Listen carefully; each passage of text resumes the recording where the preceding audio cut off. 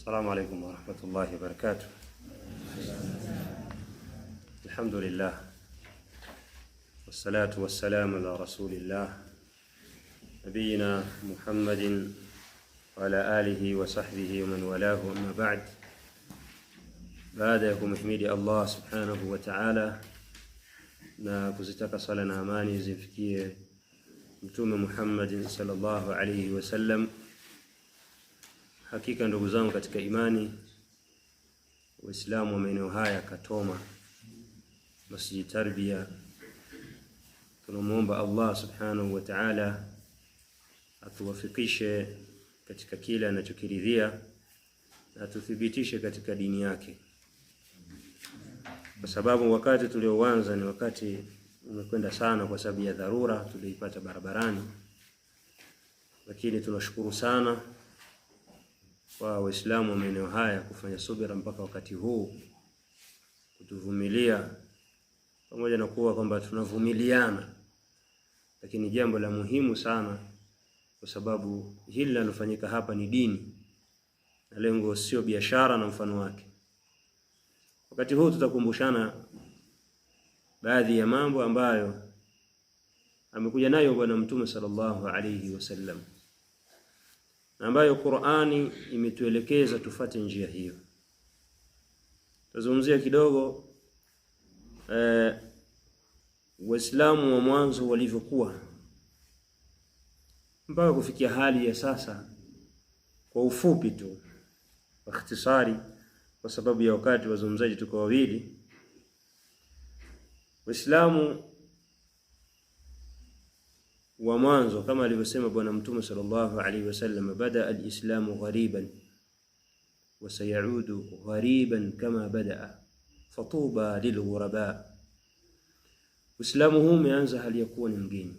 Bada al-islamu ghariban, Mtume anasema Uislamu huu umeanza hali ya kuwa ni mgeni. Wa sayaudu ghariban kama badaa, na utarejea hali ya kuwa ni mgeni kama ulivyo utarejea hali ya kuwa ni mgeni kwa Allah subhanahu wa ta'ala, huu Uislamu kama ulivyoanza. Lakini Mtume sallallahu alaihi wasallam akasema tuba lilghuraba, kufaulu na pepo kwa wale ambao ni wageni. Na ghurba inayozungumzia hapa ghurbatul islam huwa kaunul amilina bihi qalilin, ni kuwa wale wanaofanyia kazi Uislamu wa kweli, Uislamu wa haki, ni kuwa ni wachache. Na ukitizama historia, ukisoma sira, utaona Uislamu ambao ulivyoanza, Uislamu alikuja nao Bwana Mtume sallallahu alaihi wasallam, Waislamu walikuwa ni wachache sana kulingamana na kuwapima wale washirikina walivyokuwa na nguvu na uwezo wao. Kwa hiyo Waislamu kipindi hicho walikuwa wachache, ndio maana Uislamu ukaonekana ni mgeni, na utarejea kwa Allah hali hii. Na wametaja wanachuoni kwamba ghurba, ugeni huu uko aina tatu. Yani wal ghurbatu thalathatu anwa', ghurba iko aina tatu. Aina ya kwanza, anao al-awwal ghurbatu ahli al-islam fi jami' al-kuffar, ni ule ghurba, ugeni wa Waislamu kwa makafiri wote, kwa jamii ya makafiri. Ukiwapima Waislamu ni wachache na Uislamu wao unaonekana ni mgeni kwa sababu ya uchache wao. Ukiwapima makafiri katika jamii yao kwa ukafiri wao wote makafiri, Waislamu ukiwahesabu na kuonekana katika jamii yao unaonekana ni jambo geni. Na hili liko wazi. Tuona baadhi ya Waislamu katika baadhi ya vijiji akivaa kanzu au akavaa hijabu mwanamke mpaka niqabu, watu wengine ukimbia na kuogopa kwa sababu ya mavazi ambayo yanaonekana ameyavaa. Kwa hiyo Waislamu wanakuwa ni wageni katika jamii al-kuffar. Ama aina ya pili ni ghurbatu ahli al-ilmi fil mu'minin, ni ule ugeni wa wanachuoni, watu wenye ilmu kwa waumini, kwa sababu ya kukithiri sana ujinga. Kwa sababu unaweza kukuta wengi wana imani lakini ilmu yao ni ndogo. Wanachuoni kile watakachokifanya kwa wao ni kigeni. Kwa sababu gani? Hawakuwa na nini? Na hili mnacho. Lakini pia aina ya tatu, ghurbatu ahli sunnati wal jamaa fi ahli al-ahwa'i wal bid'ah. Aina ya tatu ya ghurba, ya ugeni wa Uislamu, ni ugeni wa ahli sunnati wal jamaa kwa watu wa bid'ah, watu wa ahwa'i wal bid'ah. Fa ahli sunnati wal jamaa salafiyun ya'maluna bis sunnah haythu inna kathiran min al-firaq al-islamiyya yatrukunaha. Ahli sunnati wal jamaa as-salafiyun wanafanyia kazi sunna za Mtume sallallahu alaihi wasallam, pale ambapo watu wengi katika makundi ya watu wa bid'a wanaziacha sunna za bwana Mtume sallallahu alaihi wasallam, wao washikamana na sunna sawa sawa. Na as-salafiyun ukiwapima katika daira ya wale wanaojinasibisha sunna, na pia na wao ni wageni katika ule daira ya wale wanaodai sunna, kwa sababu pia ya uchache wao. Qillatu bin nadhari ila jami'i almuslimin. Ahli sunnah wal jamaa salafiyin ni wachache baina ya ahli sunna kwa wale wanaojinasibisha na sunna, kwa sababu ya uchache wao na kufanyia kazi Qur'an na sunna. Mtume sallallahu alaihi wasallam anasema, tuba lilghuraba alladhina yumsikuna bikitabillahi hina yutraku. Wamepata kufaulu ahli sunna, wamepata kufaulu wale wageni ambao wanashikamana na kitabu cha Allah subhanahu wa ta'ala, hina yutraku, pindi kinapoachwa kitabu cha Allah subhanahu wa ta'ala. Wayamaluna bisunna hina tutfa'u, na wanafanyia kazi sunna pindi wanapokuwa sunna hiyo wameizima kwa bid'a, wanazihuisha zile sunna. Na ukiangalia haya, hata ahlul bid'a wenye majina ya sunna, na maana utaona historia ya wale waliotangulia, walipokithiri ahlul bid'a walikuwa wakiwaambiaje? Sammu lana rijalakum, tutajie watu wenu mmepokea wapi dini. Baada ya kudhihiri bid'a walikuwa kitizama, yundharu inda ahli sunna fayukhadh, inaangaliwa kwa ahli sunna ndio inachukuliwa ilmu, inachukuliwa hadithi yake, alafu kitizama kwamba huyu mtu wa bid'a inaachwa. Na nanda hii ndo ahli sunna waliotangulia wakadhibiti sunna hii mpaka ikafikia hapa. Tukirejea ahli sunna, ukisema ahli sunnati wal jamaa, ni wakina nani hawa ahli sunnati wal jamaa? Ahli sunnati wal jamaa al-awwalun ni masahaba wa Mtume sallallahu alaihi wasallam. Hawa ndo ahli sunnati wal jamaa, na hawa jamaa yao katika zama za Mtume sallallahu alaihi wasallam, zama ya Mtume sallallahu alaihi wasallam na zama za masahaba, walikuwa ni jamaa moja. Jamaa yao ilikuwa ni moja, hakukuwepo. Na haya ndio maswali ulizwa kwamba sasa masalafi wametoka wapi? Hawa mnaosema mahizbi wametoka wapi? Waislamu, huwa sammakumul muslimina min qabli wa fi hadha. Allah subhanahu wa ta'ala ndo amewaita nyinyi waislamu huku kabla mpaka sasa. Sasa hawa watu wengine wametoka wapi? Waislamu asili yao ilikuwa ni jamaa moja katika zama za Mtume na masahaba zake radhiallahu anhu. Lakini baadaye thumma ikhtalafu wa tafarraqu fi akhir zamani as-sahabati radhiyallahu anhu, fasaru firaqan, wa dhalika bisababi tarki ba'd al-muslimina ba'd al-umuri fi dinihim. Kisha baada yake Mtume kufa, walikuwa jamaa moja. Baada ya Mtume kufa, masahaba wakaanza kupotea. Kuna vidume vikaanza kudua bid'a, na mtu wa kwanza kutajwa katika wale walianzisha bid'a ni mtu wa kwanza kuzuliwa bid'a ya kupinga qadar. Wakisema huko ahlul qadar, wale walikuwa kipinga qadar, wanasema al-amru unufun, kwamba mambo yanayojiendea hakuna anayokadiria. Na sahaba walikuwepo, walikemea bid'a hii. Kwa hiyo Waislamu watashughulisha, Waislamu waliotangulia walikuwa kitu hiki kimoja. hakukuweko kwamba fulani alikuwa ni kadha. Lakini baadaye masahaba wakati wako mwisho watu wakaanza kuzua bid'a. Tazama hadithi ya Abu Abdurrahman Abdullah ibn Mas'ud radhiyallahu anhu, alipokuja msikitini Abu Musa al-Ash'ari akakuta watu wanafanya adhkari kwa jamaa, wakaanza kuwakemea mpaka akawaambia maneno mazito kwamba hizi ni masahaba wako hai, hizi ni nguo za mtume hazijachanika, hazijachakaa, na vyombo vya mtume sallallahu alaihi wasallam havijapasuka, wakisudia masahaba wa mtume sallallahu alaihi wasallam, lakini nyinyi mnafanya bid'a hapati mtume hajafa. Kwa kadiri siku zilivyokuwa kisogea, ile ahadi ya mtume sallallahu alaihi wasallam ya kutofautiana umma huu ikawa inazidi, bid'a zikazidi kuongezeka katika zama hizo.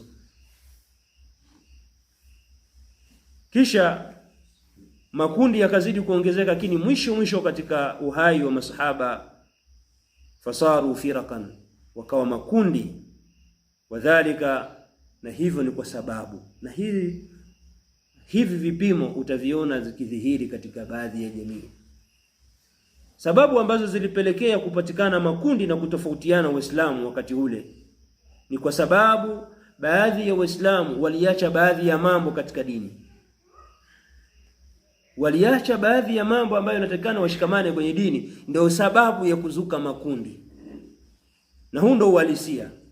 Siku zote sehemu yoyote ambapo inapatikana watu wanaoshikamana na dini, wakiacha baadhi ya mambo inatokea farqa, makundi. Watu walipoacha sunna, kama wanavyotaja ahli sunna, maulama wa ahli sunnah wal jamaa, ahlul bid'ah walipoacha sunna wakazua bid'ah. Na kila unapokuta bid'ah kuna sunna imeachwa. Sunna ya Mtume sallallahu alaihi wasallam kusaliwa katika kila wakati, walipoiacha wakazua maulidi. Hivyo bid'a nyingi utakuta zimezuliwa zikahuliwa sunna za Mtume sallallahu alaihi wasallam mahala pale. Baadhi ya Waislamu wameacha mambo. Leo hii ukiwaambia baadhi ya Waislamu wanakuambia hayo mambo ya mawahabi hayo, au ukiwaambia wanasema mambo ya wasalafi hayo, hali ya kuwa ukitaja neno salafia ni dini, wazungumzwa kitabu na sunna hapo. Kwa hii ni katika miongoni mwa sababu ya kwanza. Lakini sababu ya pili, ihdathul ashyai laysat fihi, kuzua mambo ambayo hayako katika dini.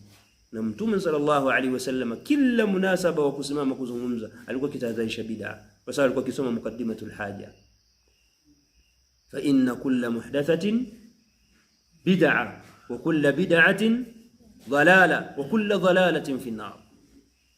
Kila alipokuwa akipata munasaba Mtume anatahadharisha bid'a, wa iyyakum muhdathatil umur, tahadharini na mambo yenye kuzuka. Man ahdatha fi amrina hadha ma laysa minhu fahuwa rad, atakayezua jambo ambalo halimo kwenye dini basi atarejeshewa, mardudun alayhi. Lakini mpaka baadhi ya wanachuoni, baadhi yao wamefikia hali kusema kwamba ile aya inayosema wa man yabtaghi ghayra al-islam dinan falan yuqbala minhu, yeyote atakayetafuta katika Uislamu, atakayetafuta dini isiyokuwa Uislamu hatakubaliwa, zinaingia na bid'a ndani yake, kwa sababu bid'a sio dini. Bid'a hazimo katika dini, kwa sababu Mtume sallallahu alaihi wasallam anasema man ahdatha fi amrina hadha ma laysa minhu fahuwa rad wa man amila amalan laysa alayhi amruna fahuwa rad. Yeyote atakayefanya jambo ambalo halina maelekezo yetu, halina mafundisho yetu, basi atarejeshewa. Na ukisema dini ni jami'ul ibadat wal awamir wan nawahi, yote ambayo ameamrisha Allah na kuyakataza, yote yanaingia katika jina la dini. Na ukitizama katika mambo haya hakuna bid'a. Na dini ile kwa safi ni ile ambayo walikuwa wameshikamana nayo mashahabu wa Mtume sallallahu alaihi wasallam. Lakini pia katika mambo yaliyopelekea, sababu iliyopelekea kupatikana makundi mengine ni tarku fahmi sahaba, ni kuacha kutumia ufahamu wa masahaba kuifahamu hii dini, mpaka wakadhihiri watu ambao wamesababisha bid'a nyingi sana, wamesababisha furuka kubwa sana, waliokuwa wakisema hum rijalu wa nahnu rijal, wale si vidume na sisi ni vidume. wakiona kwamba wao wanaweza wakasema kwenye dini kwa sababu masahaba na wao walisema jambo fulani katika dini. Haya mambo ndio yamepelekea bid'a nyingi sana, hasa katika sababu hii yamepelekea jambo la kuacha sunna kwa sababu ya mambo haya. Taruku fahmi sahabati wa ta'limatihim, kuacha ufahamu wa masahaba na mafundisho yao. Kwa sababu hizi tatu Waislamu wakawa makundi kwa sababu ya mambo haya. Jambo la kuacha ufahamu wa masahaba na mafundisho yao, kuzua mambo katika dini, lakini pia kuacha baadhi ya mambo ya dini. Haya ni mambo makuu kabisa, makubwa, ambayo ukiyapima katika misingi ya sasa utakuta bid'a zinasimama hapa. Utakuta bid'a zinasimama hapa, nyingi zinasimama hapa. Aidha ni kwa sababu hata bid'a nyingine zinafanyika kwa sababu ya kuacha sunna za Mtume sallallahu alaihi wasallam. Kuna bid'a nyingine zinapatikana kwa sababu ya kuacha ufahamu na mafundisho na maelekezo ya masahaba wa Mtume sallallahu alaihi wasallam. Bila shaka hapa kuna watu walimsikiliza Abu Dirogo, Abu Ismail. Kwani wale waliitwa kilabu nar. Haya ni maneno Mtume aliwaita kilabu nar. Kila mtu aliyekuwa na ukhawarij akisikia kilabu nar anasema unakufurisha Uislamu. Lakini watu hao ukiwasikiliza waliokuwa kizungumza wameacha ufahamu wa masahaba wa Mtume sallallahu alaihi wasallam, namna gani walivyoifahamu. Hata ukitizama wale makhawarij katika kila kitu cha Siffin au Saffin, Waislamu waliouliwa na vile vita vilivyotangulia baina walivyochonganishwa na wanafiki na makhawarij waliochonganisha baadhi ya masahaba wakamuua Uthman na mfano wake. Alipokwenda Abdullah ibn Abbas radhiyallahu anhu kuwanasihi, aliwaambia maneno mazito. Aliwaambia, kwanza jitizameni, hakuna mmoja kati yenu katika masahaba, akitaka kuwajulisha kwamba nyinyi mmepotea, mmeacha mwongozo wa watu ambao Mtume sallallahu alaihi wasallam amewaelekeza kumfuata. Na bali wengi wale waliokuwa pale ndio waliwaua mabaadhi ya masahaba. Ukiwasikiliza baadhi ya watu ayati wanavyozisoma wakaacha ufahamu wa masahaba walifahamu nini, ndio bid'ati zinadhihiri kama ukhawarij. Ayati ambazo zimetelemka kuwazungumzia makafiri ndio zinatelemshwa kwa Waislamu. Ni kwa sababu gani? Aya ameisoma kama ilivyo, hakufuata ufahamu namna gani walivyoelewa masahaba, wameelewa nini wale maulama. Yeye kaibeba aya ilivyokuwa kafu kapanda nayo, mpaka baadhi yao imethibitika wamewaua wazazi wao kwa sababu hakumsapoti katika ukhawariji wake.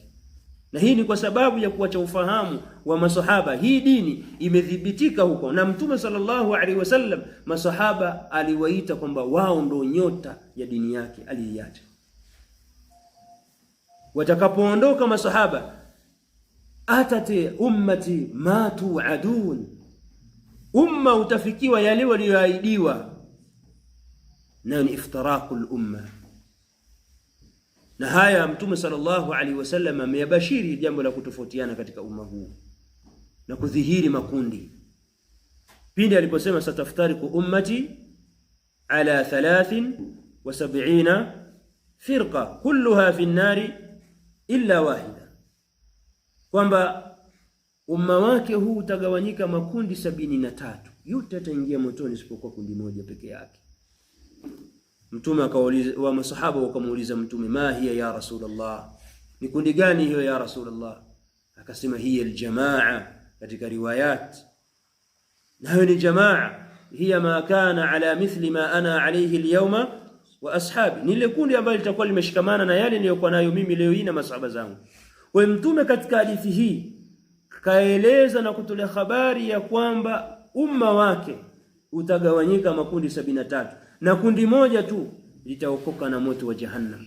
Makundi yote yatakayobaki yataingia. Kama hadithi zingine zimekuja kueleza kwamba hata manasara wametofautiana makundi 70 kitu, na mayahudi hivyo hivyo, na waislamu ndio wakazidi makundi hayo katika kuzihiri.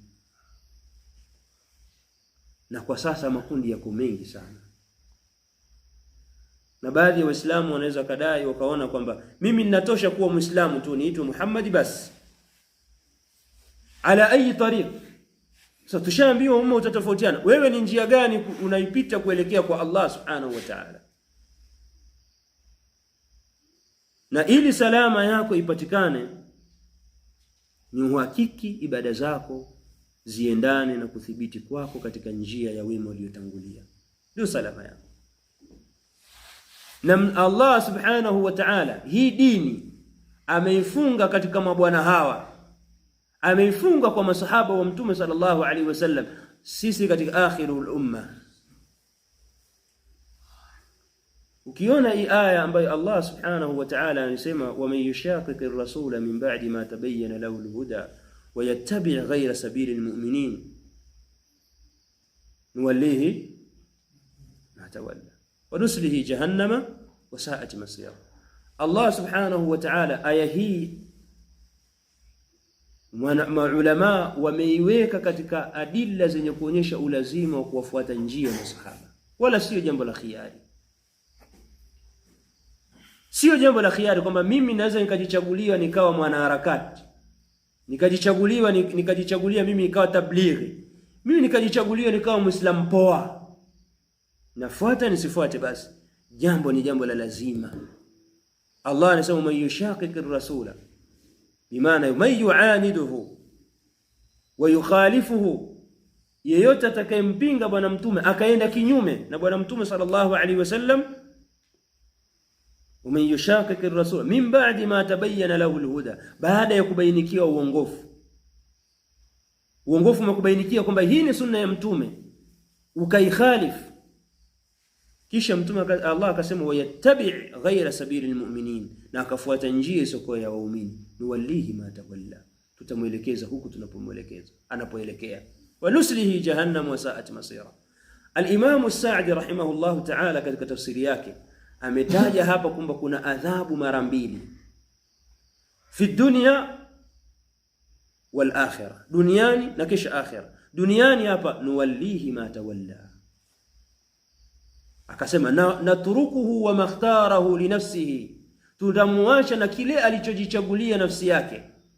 Umechagua dhalala, Allah anakuacha huko. Nuwallihi ma tawalla, tunamuelekeza huko anakoelekea. Umejichagulia upotevu, umejichagulia ushirikina, ukaacha njia sawa, ukaacha njia bwana mtume sallallahu alaihi wasallam, kupita njia ya masahaba.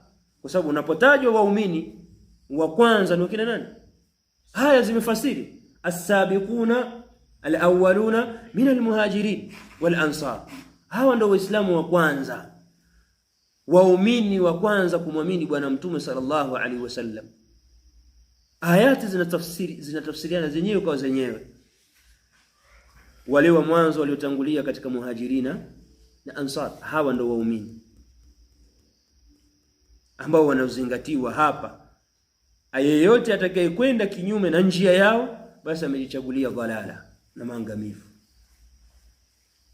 Duniani hapa Allah atakuachia huko njia uliyochagua kwamba mimi sitaki sunna au nitabaki hivi hivi.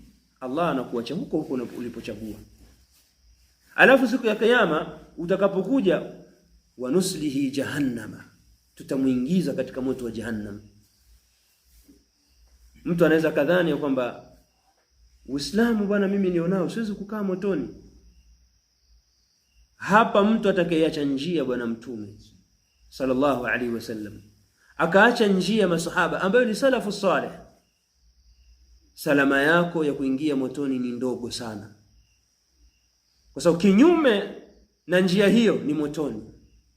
Unaingia katika makundi yale 72 ambayo yatakaingia motoni.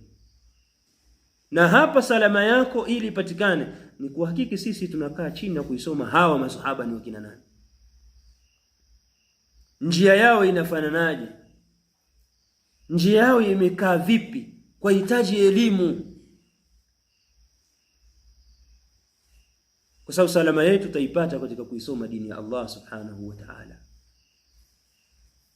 Sisi sote ukiambiwa kwamba wewe ni mtu wa sunna na furahi, lakini sunna sio ile halisi ya sasa. Baadhi ya watu wameichanganya na bid'a. Bali al-Imam Ahmad an-Najmi rahimahullah anaona kwamba hizbia ni katika bid'a, sio katika salafia. Mtu anaacha da'wa salafia, njia sawa, kajichagulia njia ambayo inatakana kuelekea motoni. Na wala haya maneno tunayasema hatuyasemi kwa sababu labda tuna chuki na watu fulani, labda tuna maslahi na watu fulani. Hatuna maslahi na yeyote. Tubainisha kile kilichobainishwa na Allah subhanahu wa ta'ala na mtume wake, wakakifahamu masahaba. Masahaba baadhi ya matukio mpaka Umar anawaambia masahaba, tizameni nyinyi ni umam yuhtada bihi, nyinyi ni umma ambao unafuatwa, mkikosea wanakosea wale watakaokuja baadaye. Vipi wewe utengeneze njia yako? Hapa kuna ulazima wa kila Muislamu kufuata njia ya masahaba wa Mtume sallallahu alaihi wasallam, na kuna fadhila nyingi sana. Kwa sababu naona wakati umeenda, mimi itabidi nikomee hapa ili nimwache Shekhe Abu Hamida, nadhani ni mwenyeji hapa, aweze kuweza kutufikishia kile ambacho alichokiandaa, kwa sababu ya huu wakati mdogo sana, ili wengine hapa wanakwenda mbali. Pamoja na kuwa viongozi walikuwa wametuongezea muda, lakini huu wakati watu wengine wanawezekana wamechoka sana. Asiseme, lakini mimi naona niishia hapa. Kitu ambacho tumekizungumza, kila mmoja akiwafikisha, sisi tunamuomba Allah subhanahu wa ta'ala, kwa sababu kama singekuwa dharura tungezungumza zaidi ya haya, lakini dharura ya safari ambayo tulikuwa nayo imetuzuia kuzungumza baadhi ya mambo. Barakallahu fikum wa jazakumullahu khaira, sallallahu alayhi wasallam Muhammad wa ala alihi wa sahbihi wasallam. Hii ni Wajawema Online TV. Hapa ni elimu tu.